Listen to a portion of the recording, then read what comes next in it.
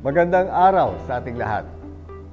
Tayo ay lubos na nagagalak sapagkat ang pambansang pulisya ay mayroon ng sariling news network sa YouTube, ang Police News Network o PNN. Tayo ay hindi lang gumaganap sa ating mandato at sinumpang tungkulin, kundi tayo rin ay naghatid ng tama, wasto at balanseng balita para sa serbisyong nagkakaisa tungo sa pagkamit at pagpapanatili ng kaayusan at katahimikan sa ating bansa. Panoorin at suportahan ang Police News Network. Ako si Police General Benjamin C. Acorda Jr., ang inyong Chief PNP para sa Police News Network. Alagad ng batas, tagataguyod ng balitang pulis. Maglilingkod sa bawat Pilipino at magbibigay ng tamang impormasyon para sa tahimik at maayos na Pilipinas. Police News Network, alagad ng batas, tagapagtaguyod ng balitang pulis, sandigan ng mamamayan, patnubay ng katotohanan. Live mula sa Campo Crame, maghahatid ng pinakahuling kaganapan at nagbabagang balita. Ito ang PNN Police News Network. At ngayon, ang inyong mga tagapagbalita. Magandang araw Pilipinas. Ako ang inyong alagad ng batas, tagataguyod ng balitang pulis, Master Sergeant Vanessa Villanos. Maghahatid ng tamang balita, kwento ng pulis at serbisyo para sa mamamayan. At ito ang PNP News Online, ang pangunahing balita ng Police News Network, alagad ng batas, tagataguyod ng balitang pulis.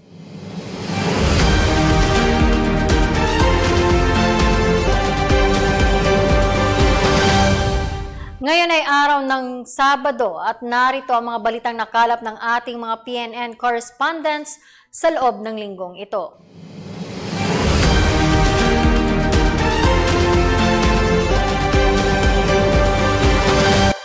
Para sa ating unang balita, mula sa Davao Region, arestado ang drug personality sa matagumpay na buy-bust operation ng PNP sa Barangay San Jose, Digos City, Davao del Sur. Patrolman Alfred Vergara, ibalita mo.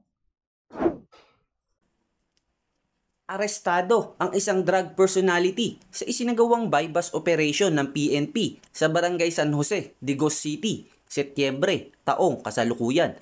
Kinilala ni Police Lieutenant Colonel Flora Teretes, officer in charge ng Digos City Police Station, ang sospek na si alias Bro, 32 taong gulang, residente ng Barangay Cogon, Digos City, na kabilang sa street-level drug personality. Ayon kay Police Lieutenant Colonel Retes, naaresto ang sospek sa isinagawang buy-bust operation na pinagsamang tauhan ng Digos City Police Station at Regional Police Drug Enforcement Unit, katuwang ang Davao Sur Police Mobile Force Company at PIDEA 11. Nakuha naman mula sa sospek ang ilang pakete ng hinihinalang shabu na may bigat na humigit kumulang na 3.7 gramo at may street market value na 55,500 pesos. Kasama rin sa mga nakuha ang isang homemade caliber 38 na baril na may 3 bala. Nahaharap sa kasong paglabag sa Republic Act 9165 o Comprehensive Dangerous Drug Act of 2002, RA 10591 o Comprehensive Firearms and Ammunition Regulation Act. Mula rito sa Davao City, ako po ang inyong PNN correspondent, Patrolman Alfred Vergara, alagad ng batas, tagataguyod ng balitang pulis. Maraming salamat, Patrolman Vergara. Samantala, kusang nagbalik loob naman ang isang dating rebelde sa mga tauhan ng 1st Provincial Mobile Force Battalion ng Nueva Ecija PNP na kung saan naganap ito sa lungsod ng Cabanatuan. Ang ulat mula kay Corporal Faith Sangiles de Guzman. Nagbalik loob ang isang dating rebelde sa 1st PMFC Nueva Ecija PNP na kung saan gihanap sa Cabanatuan City, Nueva Ecija. Ang naturang pagbabalik loob na pinamunuan ni Police Lieutenant Colonel Cornelio D. Ordanza, Force Commander ng 1st Provincial Mobile Force Company ng Nueva Ecija Police Provincial Office. Siya ay si Kaani, dating miyembro ng Centro de Gravidad at organizer ng alyansang magbubukid ng Gitnang Luzon. Ayon sa ulat ng 1st PMFC Nueva Ecija PNP, isinuko nito sa kanilang himpilan ang caliber 38 revolver, 3 bala at isang granada na nagpapatunay sa pagtalikod sa mga komunistang teroristang grupo. Nangako si Kaani sa mga autoridad sa pamamagitan ng panunumpa at lumagda ng Oath of Allegiance to the Government. Kasalukuyang nasa pangangalaga na ng Nueva Ecija Provincial Explosive Ordnance Disposal and K9 Unit ang isinukong bomba para sa tamang disposisyon. Samantala, nagbigay ang 1st PMFC Nueva Ecija PNP sa ating kababayan ng financial assistance at grocery packs na kung saan kaugnay sa Enhanced Comprehensive and Local Integration Program o ECLIP. Patunay lamang na naging epektibo ang paghihikayat at pagpapaigting ng kampanya ng Nueva Ecija PNP laban sa insurhensya at terorismo. Mula dito sa Gitnang Luzon, ako ang inyong PNN correspondent, Police Corporal Faith Angeles de Guzman, alagad ng batas, tagataguyod ng balitang pulis. Maraming salamat, Corporal de Guzman. Samantala, isang carnapper naman ang walang kawala matapos madakip sa isinagawang entrapment operation ng mga otoridad sa Navotas City. Corporal Sheena Marita po sa report.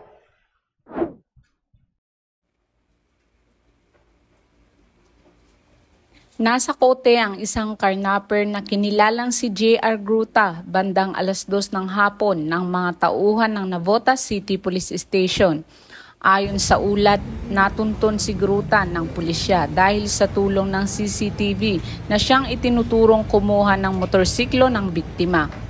Na-recover ng kapulisan ang isang Yamaha Mio Solo I-125 at matagumpay itong naibalik sa may-ari.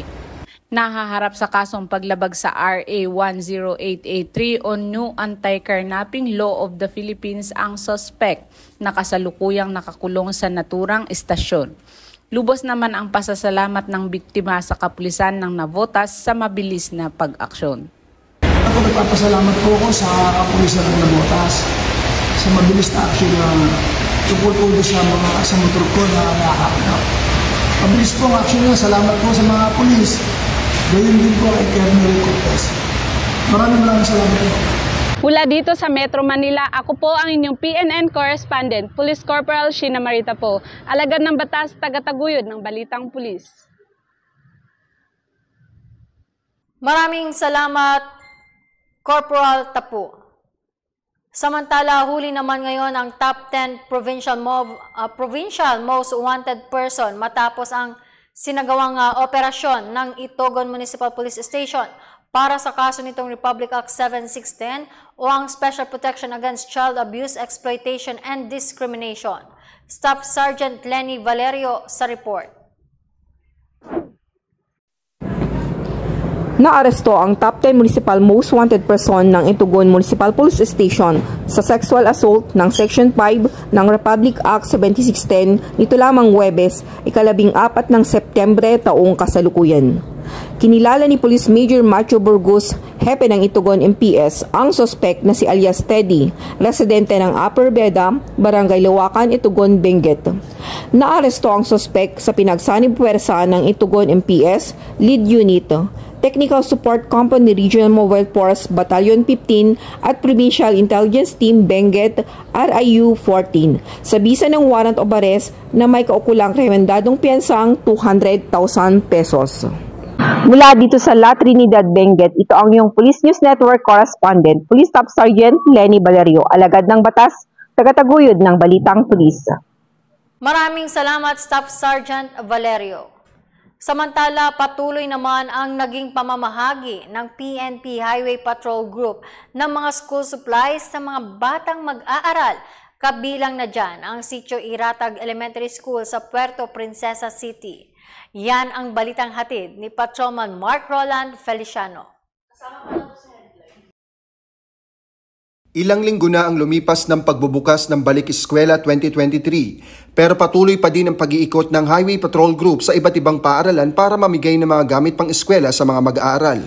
Gaya na lamang nitong 11 ng Setyembre ng taong kasalukuyan ay nagsagawa ng outreach program ang HPG Palawan sa Iratag Elementary School sa Sitio Iratag, Barangay Irawan, Puerto Princesa City. Pinangunahan ito ni Police Captain Wilson G. Nagales, team leader ng HPG Palawan sa pakikipag-ugnayan sa punong guro ng nasabing paaralan na si Miss Lina Valencia. Ang Iratag Elementary School po ay buong pusong nagpapasalamat sa pamunuan ng HPG at ECDI sa ibinigay nilang tulong ngayong umagang ito.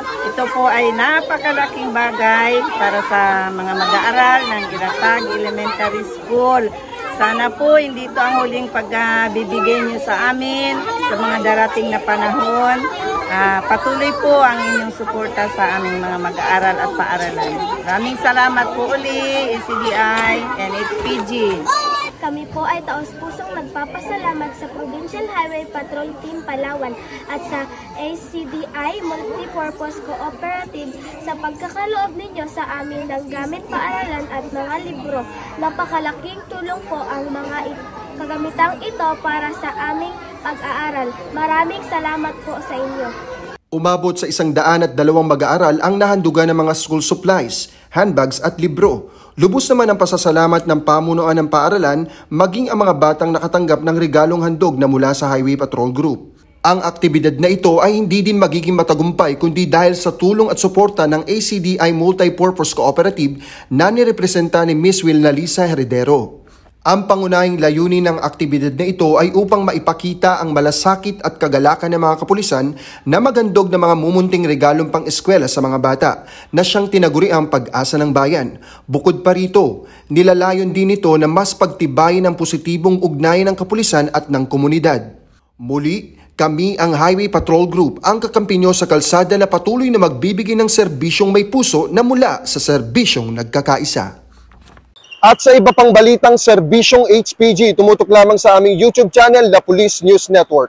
Mula sa tanggapan ng kakampi nyo sa kalsada, ako po ang inyong PNN correspondent, Patrolman Mark Roland Feliciano para sa Police News Network. Alagad ng batas, tagataguyod ng balitang pulis. Maraming salamat, Patrolman Feliciano. Nagsagawa naman ng clean-up drive ang mga membro ng 7th Mobile Force Company ng Regional Mobile Force Battalion ng NCRPO upang mapanatili ang kalinisan sa Balon Creek C6 Road, New Lower Bicutan, Taguig City. Ibabahagi yan ni Patrolwoman Evelyn Lumabi. Sa panahon ngayon ay dumarami ang kumakalat na sakit na dulot ng polusyon sa ating kapaligiran. Gaya na lamang ng pagtatapon ng basura sa ilog na siyang nagdudulot ng polusyon sa hangin at sa tubig, na may malaking epekto sa ating kalikasan at sa ating kalusugan. Kaya naman ang mga tropa mula sa 7th Mobile Force Company ng Regional Mobile Force Battalion sa inisyatibo ni Police Major Jul Musa Saat, Company Commander, at sa pagsusuperbisa ni Police Colonel Mario Pimalana, Force Commander RMFB, ay agad na nagtungo ang naturang kumpanya sa C6 Road, New Lower Bicutan, Taguig City, upang makiisa sa cleanup drive sa Balon Creek. Ito ay inisyatibo ng FMO Taguig na pinangunahan ni Miss Judith Lumandog. Ang Regional Mobile Force Battalion ay walang humpay sa pakikipag-ugnayan sa ating komunidad at magsagawa ng ganitong aktibidad sapagkat ito ay magbibigay solusyon para sa mas mabisa at mas makabuluhang pagbabago ng ating kalikasan. On behalf of the 7th Mobile Force Company, we wanted to express our deepest gratitude for the unwavering support in our cleanup drive activities. We are incredibly grateful to be partnered with such a dedicated and passionate advocacy group like FMO Taguig. Your support has not only provided us with the means to conduct these cleanup drives, but has also fostered a sense of collaboration and unity within our community. So together, we are working towards building a cleaner and more sustainable future for generations to come. So once again, thank you. We feel truly blessed to have such an incredible partnership. We are confident that our collective efforts will make a lasting difference in our community. Mula rito sa RMFB and CRPO, sa pamumuno ni Police Colonel Mario Pimalana, ako po ang inyong Police News Network correspondent, Patrolwoman Evelyn T. Lumabi, alagad ng batas, tagataguyod ng balitang pulis. Maraming salamat, Patrolwoman Lumabi. Samantala, 200 benepisyaryo naman ang nahandugan ng biyaya matapos magsagawa ng Community Outreach Program ang Police Regional Office 10 sa Salay, Misamis Oriental. Yan ang sinubaybayan ni Patrolman Edwin Baris. Umulan man o umaraw, tuloy-tuloy ang serbisyo ng Community Outreach Program ng Police Regional Office 10 dito sa Barangay Alipuaton, Salay, Misamis Oriental. Ito lamang ay 14 ng Setyembre taong kasalukuyan. Nagsagawa ng Community Outreach Program ang Police Regional Office 10 sa Barangay ng Alipuaton, Salay, Misamis Oriental. Nito lamang umaga ng Huwebes, 14 ng Setyembre taong kasalukuyan. Pinangunahan nito ni Police Colonel Reynante R. Reyes, ang Chief ng Regional Community Affairs and Development Division 10, kabalikat ang Salay Municipal Police Station, Misamis Oriental Police Provincial Office, Bureau of Fire Protection 10, Barangay Peacekeeping Action Team, Barangay Health Worker at Local Government Unit ng naturang lugar. Isinagawa ang pamimigay ng food packs, 5 kilong bigas, pack lunch, feeding program at sorbetes. Nagkaroon din ng libreng medical check-up at pamimigay ng gamot ang Regional Medical and Dental Unit 10. Nag-alay naman ng special number ang mga membro ng Salay Municipal Police Station sa pamamagitan ng pagsasayaw at pagkanta na labis na kinatuwa ng nakiisa sa programa. Samantala, nagkaroon naman ng turnover ceremony na bahagi din ng Quick Impact Project ng Revitalized Police sa barangay, ang 3 solar lights hatid sa naturang barangay. Ang activity is very successful. It was being attended by community here in this barangay at napaabot din natin ang ating mitiin para makapagbigay ng saya dito sa barangay Alipuaton. Ito po yung gustuhin nating mangyaring mapalapit ang ating mga kapatid dito sa depressed area na ito, considering that ang programa ng ating gobyerno na tinatawag nating to end local communist armed conflict ay isa itong barangay na identified bilang isang JIDA. Gusto nating maipakita at maparating na ang gobyerno ay masigasig para matulungan itong mga kababayan natin nandito sa area na ito. Patuloy ang Police Regional Office 10 sa ilalim ng pamumuno ni Police Brigadier General Lawrence Baldan Coop, Regional Director sa pagbibigay ng serbisyo sa mamamayan, lalong-lalo na sa geographically isolated disadvantaged areas o GIDAs para sa isang maunlad at mapayapang hilagang Mindanao. Mula dito sa Barangay Alipuaton, Salay, Misamis Oriental, ako ang inyong Police News Network Correspondent, Patrolman Edwin Baris, alagad ng batas, tagataguyod ng Balitang Pulis. Maraming salamat, Patrolman Baris. Samantala, imbes na produkto o kaya pagkain ang i-deliver ng isang delivery rider, shabu ang dala nito na nagkakahalaga ng mahigit 7 milyong piso. Kaya lang, hindi siya nakalusot sa mga kapulisan at nahuli sa checkpoint sa Surigao City. Ang detalye ng balita mula kay Patrolman Raymart Gagante. Hindi na nakapalagpa ang lalaking ito matapos malambat sa ikinasang bypass operation ng Surigao City Police Station katuwang ang 1st Surigao del Norte Provincial Mobile Force Company sa Purok 6, Sitio Banahaw, Barangay Sabang, Surigao City. Kinilala ang naaresto bilang alias Ted, 22 anyos, food panda delivery rider at residente ng Purok 1, Barangay San Juan, Surigao City. Sa operasyon, habang iniinspeksyon ng mga operatiba ang laman ng kanyang delivery box na may lamang isang bucket na manok at nang buksan, tumambad ang isang nakabalot na puting plastik na naglalaman ng hinihinalang shabu na may kabuang timbang na higit sa 1 kilo na nagkakahalaga ng 7,480,000 piso, 5 pirasong 1,000 peso bill at 26 na pirasong 1,000 bilang badel money. Marap ang sospek sa kasong paglabag ng RA 9165 o Comprehensive Dangerous Drugs Act of 2002. Lubos namang nagagalak ang butihing Police Provincial Director ng Surigao del Norte na si Police Colonel Lodemer N. Laude sa pagkahuli nito dahil malaking tulong ito upang mahadlangan ang mga malalaking transaksyon, lalo na sa ilegal na droga sa kanilang syudad.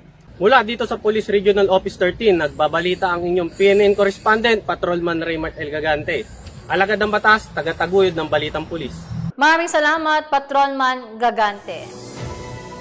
Dahil sa patuloy na paghina ng puwersa ng mga makakaliwang grupo, 3 miyembro na naman ng Communisters Group ang voluntaryong sumuko sa pamahalaan sa Northern Samar. Magbabalita dyan si Patrolwoman Sherry Ann Masi. Nagbalik loob sa pamahalaan ang 3 miyembro ng Communist Terrorist Group dahil sa patuloy na negosasyon ng mga tauhan ng First Northern Samar Provincial Mobile Force Company sa Barangay Sabang 2, Allen, Northern Samar.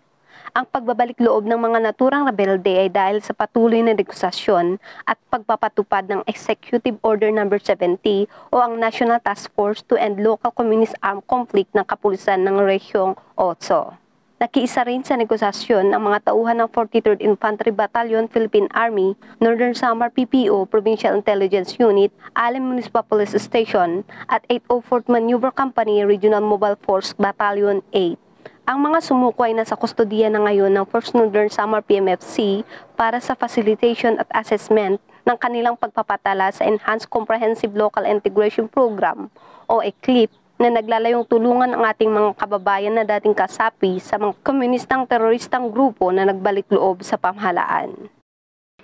Mula dito sa Eastern Visayas, ako ang inyong PNN Correspondent, Patrolwoman Masi, alagad ng batas, tagataguyod ng balitang pulis.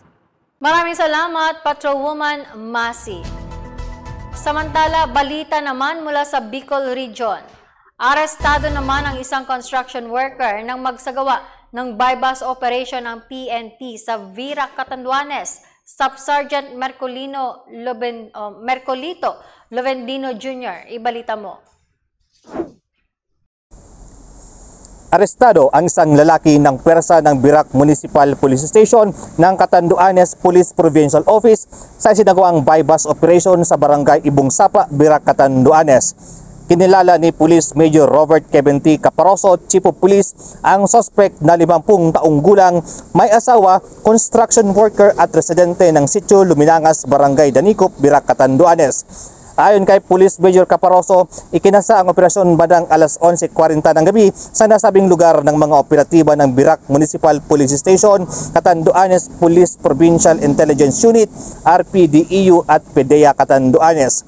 Ayon pa kay Police Major Caparoso, nasamsam mula sa suspect ang 3 pirasong heat seal transparent plastic sachet na naglalaman ng hinihinalang shabu.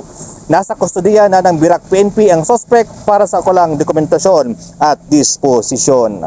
Mula po dito sa Legazpi City, Albay, ako ang inyong Police News Network Correspondent, Police Staff Sergeant Mercolito P. Lovendino Jr. Alagad ng batas, tagataguyod ng balitang pulis. Maraming salamat, Staff Sergeant Lovendino Jr.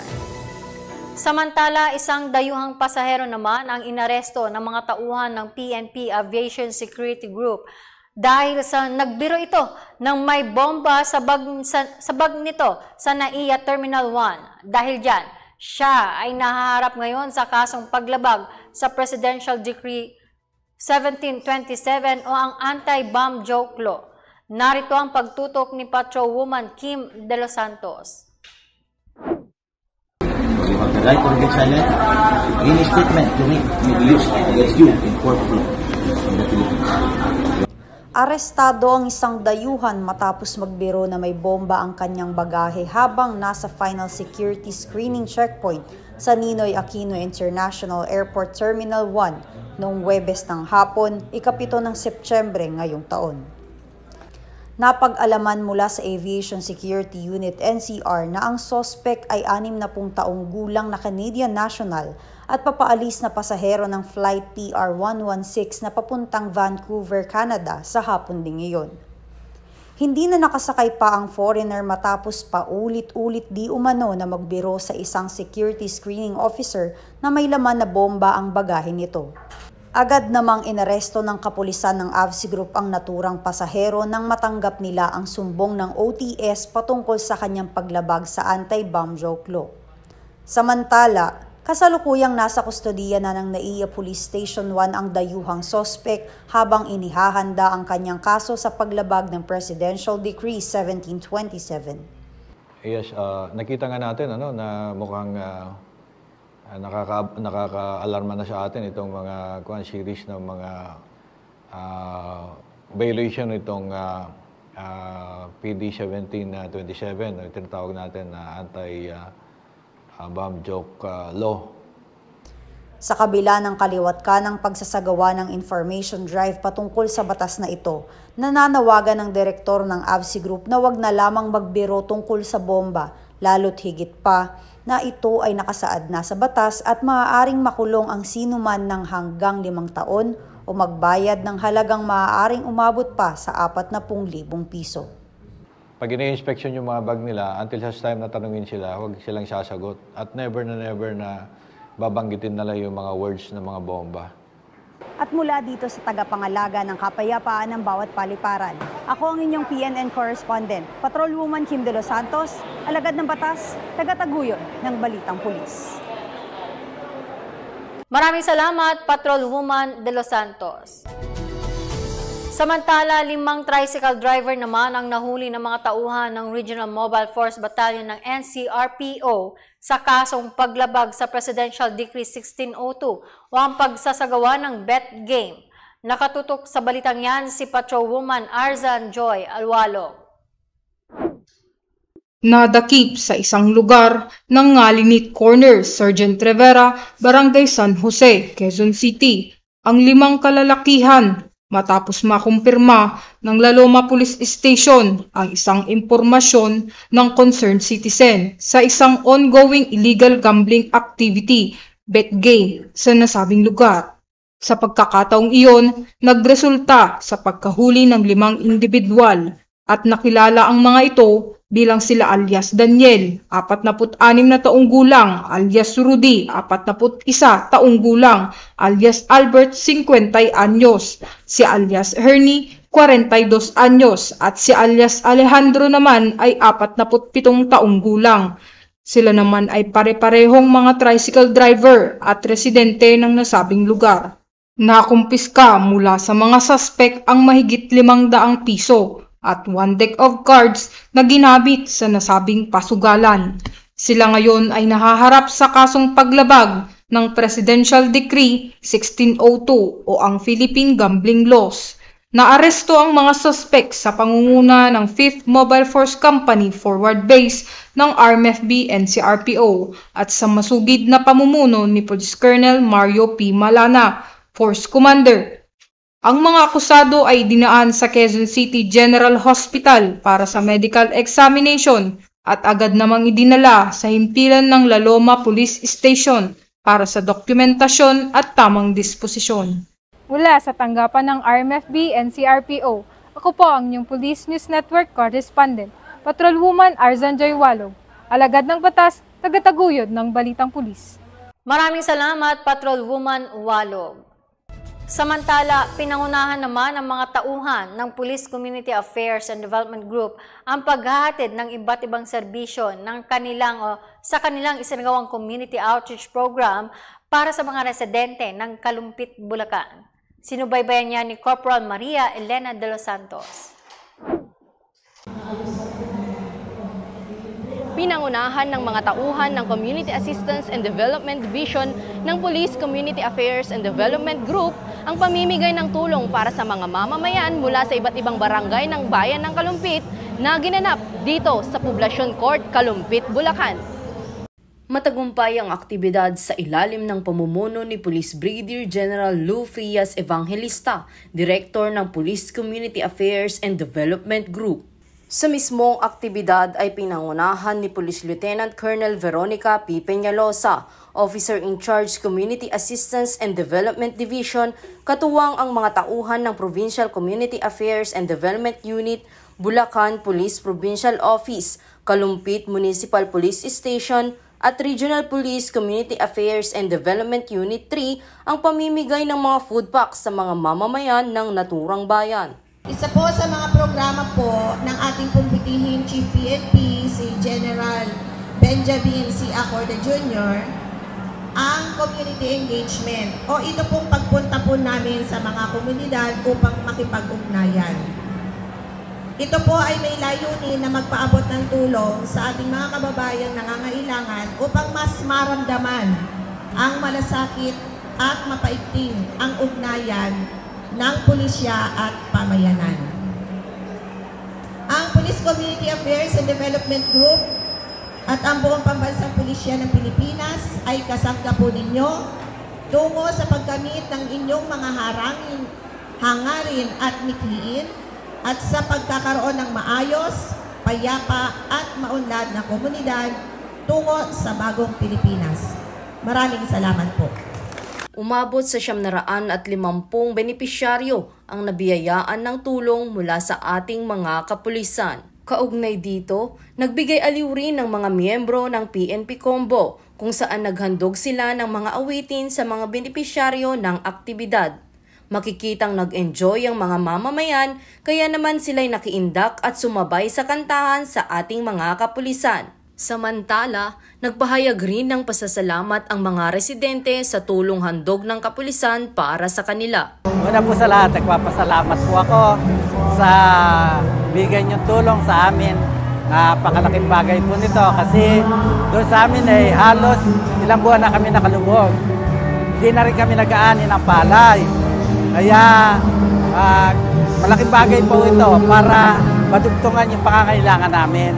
Maraming po salamat sa PNP, sa Community Outreach Program. Maraming salamat. Thank you very much sa lahat ng namumuno ng PNP sa maganda at malaking tulong para sa mga mamamayang mga nabaha. Sinisiguro ng pamunuan ng Police Community Affairs and Development Group na patuloy ang kanilang opisina sa pagbibigay ng tulong at serbisyo para sa mga mamamayan lalo na sa mga lubos na nangangailangan. Mula dito sa bayan ng Kalumpit, Bulacan, ang inyong PNN correspondent, Police Corporal Maria Elena S. de los Santos, alagad ng batas, tagataguyod ng Balitang Pulis. Maraming salamat, Corporal de los Santos. Sa iba pang balita, sa isinagawang entrapment operation ng PNP Anti-Cybercrime Group, Regional Anti-Cybercrime Unit Cordillera, timbog ang isang lalaki sa Baguio City dahil sa kasong grave threat. Alimin ang report mula kay Patrolwoman Mary Grace Artezuela.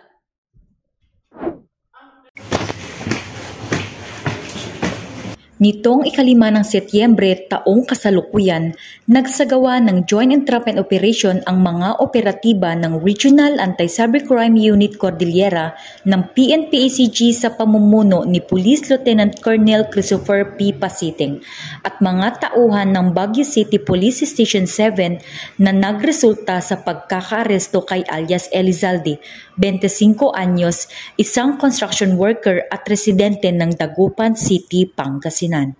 Ayon sa biktima, magkarelasyon sila ng suspect ng mahigit 6 na buwan. Noong Mayo taong kasalukuyan, tinapos na niya ang relasyon dito para makapag-focus siya sa pag-aaral. Ngunit doon na nagsimulang makatanggap ang biktima ng mga pananakot galing sa suspect na ipopost daw nito ang mga masiselang niyang larawan sa social media kung hindi siya makikipagbalikan. Noong Agosto taong kasalukuyan, nakatanggap ng mga masiselang larawan at screenshots ng nude videos ang magulang at kamag-anak ng biktima. Hindi na pinalipas pa ng mga magulang ng biktima kaya agad silang nagtungo sa PNP-ACG Raco Cordillera para magreklamo at para mahuli ang suspect. Agaran namang inaksyonan ng PNP-ACG Cordillera at mabilis na nagpatupad ng entrapment operation laban sa suspect. Nahaharap ngayon ang suspect sa kasong paglabag sa RA 9262 o ang tinatawag na Anti-Violence Against Women and Their Children Act of 2004, Article 282 of the Revised Penal Code na grave threat, all in relation to Section 6 of RA 10175 of Anti-Cybercrime Law, at RA 9995 o ang tinatawag na Photo and Video Voyeurism Act of 2009. Kasalukuyang nasa PNP-ACG Raco Cordillera ang suspect para sa dokumentasyon at tamang disposisyon.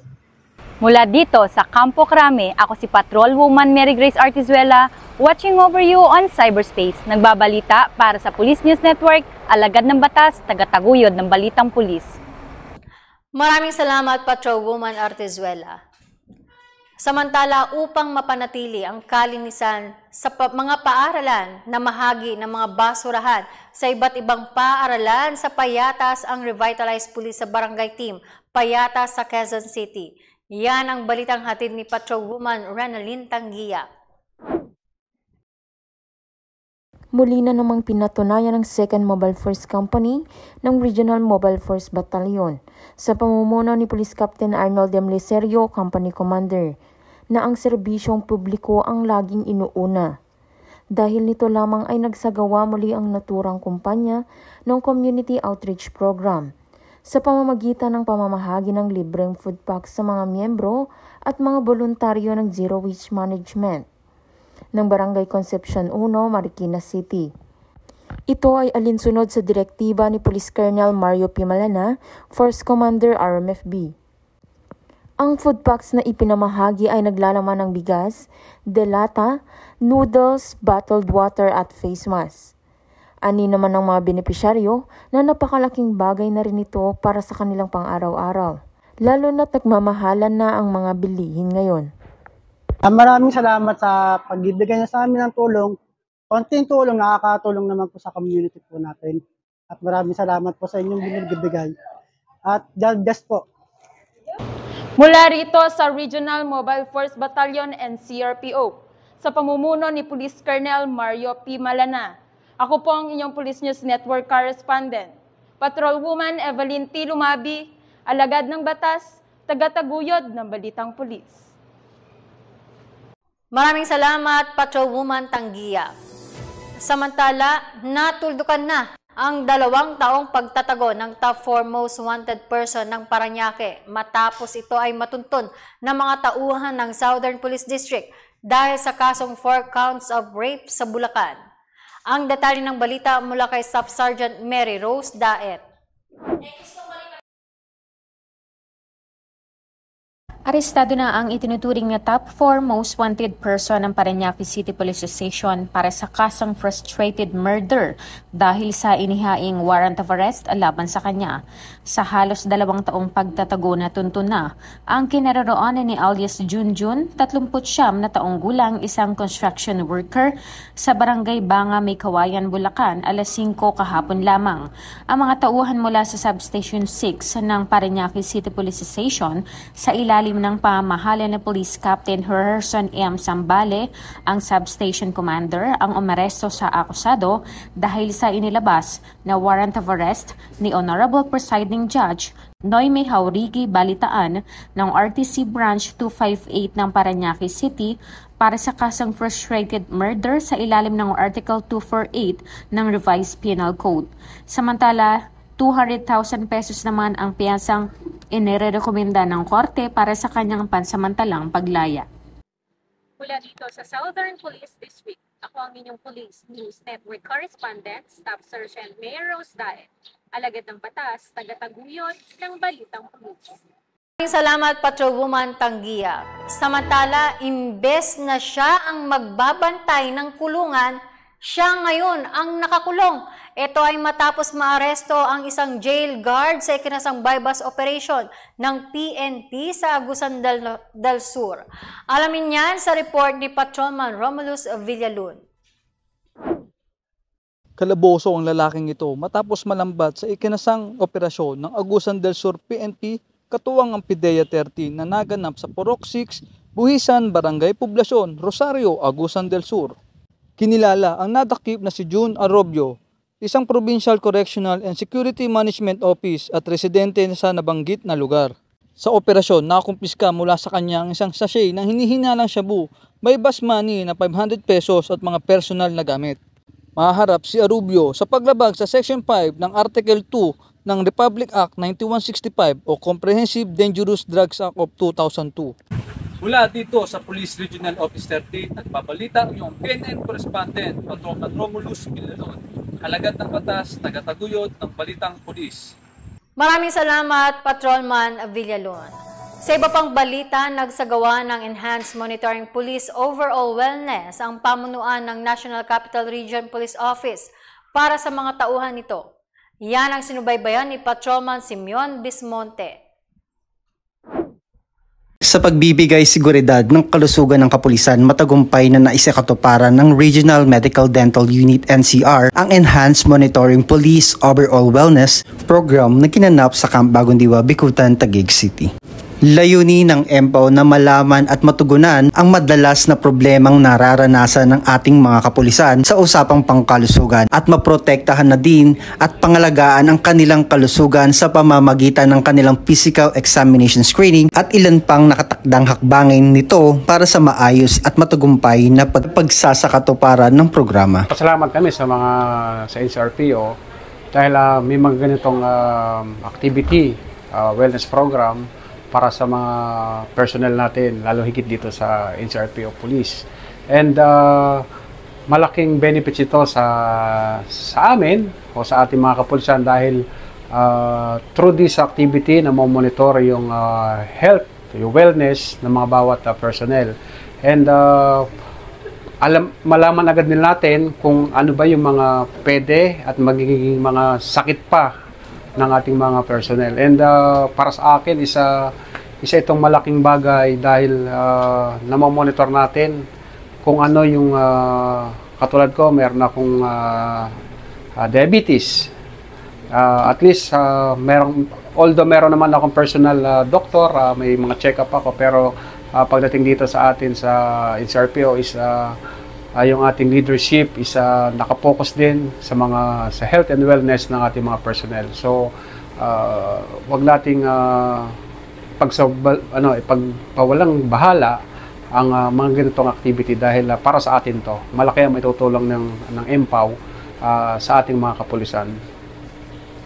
Patuloy ang serbisyong ihahatid ng Regional Medical Dental Unit NCR sa mga kapulisan na kanilang nasasakupan upang sa gayon ay maihatid sa bawat miyembro ng organisasyon ang serbisyong nagkakaisa. Tatak Bayaning Police, Tatak NCRPO. Mula dito sa NCRPO, ako yung Police News Correspondent Patrolman Simeon Mabuti Bismonte, alagad ng batas, tagataguyod ng Balitang Pulis. Maraming salamat, Patrolman Bismonte. Samantala, 65 taong gulang na lolo naman ang kalaboso ng Northern Police District dahil sa kaso nitong acts of lasciviousness. Ang detalye ng balita mula kay Patrolwoman Glazel Ann Esperanza.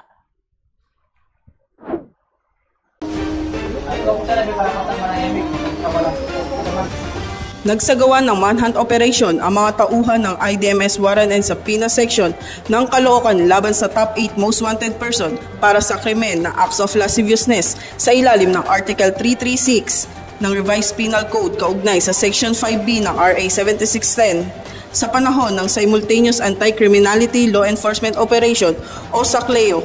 Ang nasabing operasyon ay nagresulta sa pagkakaaresto ni alias Renato na 62 taong gulang at residente ng Barangay Camarin, Caloocan City. Ang warrant of arrest ay inisyu ni Honorable Maria Teresa de Guzman Alvarez, Presiding Judge RTC Branch 131 Caloocan City na may inirekomendang piyansa na 180,000 pesos. Bukod rito, ang akusado ay kasalukuyang nakakulong sa IDMS Warren and Sapina Section Detention Facility dahil na rin sa mas naunang kaso nito noong August 10, 2023 para sa kasong acts of lasciviousness ng RA 7610. Mula rito sa Northern Police District, ako po ang inyong PNN Correspondent, Patrolwoman Glazel Ann Esperanza, alagad ng batas, tagataguyod ng Balitang Pulis. Maraming salamat, Patrolwoman Esperanza. Samantala, para sa ating huling balita, huli naman sa isang manhunt operation ng PNP Highway Patrol Group o HPG ang lalaking sangkot sa kasong karnaping sa Barangay Oranbo, Pasig City. Kasama natin sa balitang yan si Patrolman Mark Roland Feliciano. Huli ang isang lalaki sa Barangay Oranbo, Pasig City sa ikinasang manhunt operation na pinangunahan ng mga tauhan ng Eastern District Highway Patrol Team. Sa pangunguna ni Police Captain Lawrence C. Binuya, Chief EDHPT at sa pamumuno ni Police Colonel Joel D. Kasupanan, Regional Chief ng HPG NCR nitong 8 ng Setyembre ng taong kasalukuyan. Arestado ang suspect na si Robin Narion Silvino, 27 taong gulang, residente ng Villatec Compound, Palateo, Pasig City. Inaresto ang suspect sa bisa ng warrant of arrest sa kasong karnaping na nilagdaan ni Honorable Ana Teresa T. Cornejo Toma Cruz, Presiding Judge ng RTC Branch 157, Pasig City.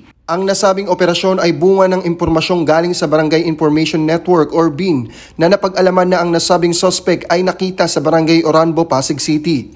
Sa pagpapatunay ng nasabing impormasyon, ang HPG-NCR ay nakipag-ugnayan sa District Special Operation Unit ng Pasig City sa pangunguna ni Police Major Sale upang magsagawa ng manhunt operation na siyang nagresulta sa pagkakahuli sa nasabing suspect. Ang pagkakahuli sa suspect ay bunga ng mas pinaigting na operasyon kontra kriminalidad alinsunod sa 5 focus agenda ng Hepe ng Pambansang Pulisya, Police General Benjamin C. Acorda Jr. at sa pagpapaigting ng anti-kidnapping operation sa Kalakhang, Maynila. Nakapiit muna ngayon sa Regional Highway Patrol Unit NCR ang suspect para sa dokumentasyon at tamang disposisyon. At sa iba pang balitang serbisyong HPG, tumutok lamang sa aming YouTube channel na Police News Network. Mula sa tanggapan ng kakampi nyo sa kalsada, ako po ang inyong PNN correspondent, Patrolman Mark Roland Feliciano para sa Police News Network. Alagad ng batas, tagataguyod ng balitang pulis. Maraming salamat, Patrolman Feliciano. At yan ang mga balitang nakalap ng ating mga PNN correspondents mula Luzon, Visayas at Mindanao sa loob ng linggong ito. Sa ngalan ng 228,000 strong members ng Philippine National Police, sa pangunguna ni Chief PNP General Benjamin Casuga Acorda Jr., kami ay maglilingkod sa bawat Pilipino at magbibigay ng tama at balanseng balita. Mula rito sa tanggapan ng tagapag-ugnay ng Pambansang Pulisya, ako ang inyong alagad ng batas, tagataguyod ng Balitang Pulis, Master Sergeant Vanessa Villanos. Maghahatid ng tamang balita, kwento ng pulis at serbisyo para sa mamamayan at ito ang PNP News Online, ang pangunahing balita ng Police News Network.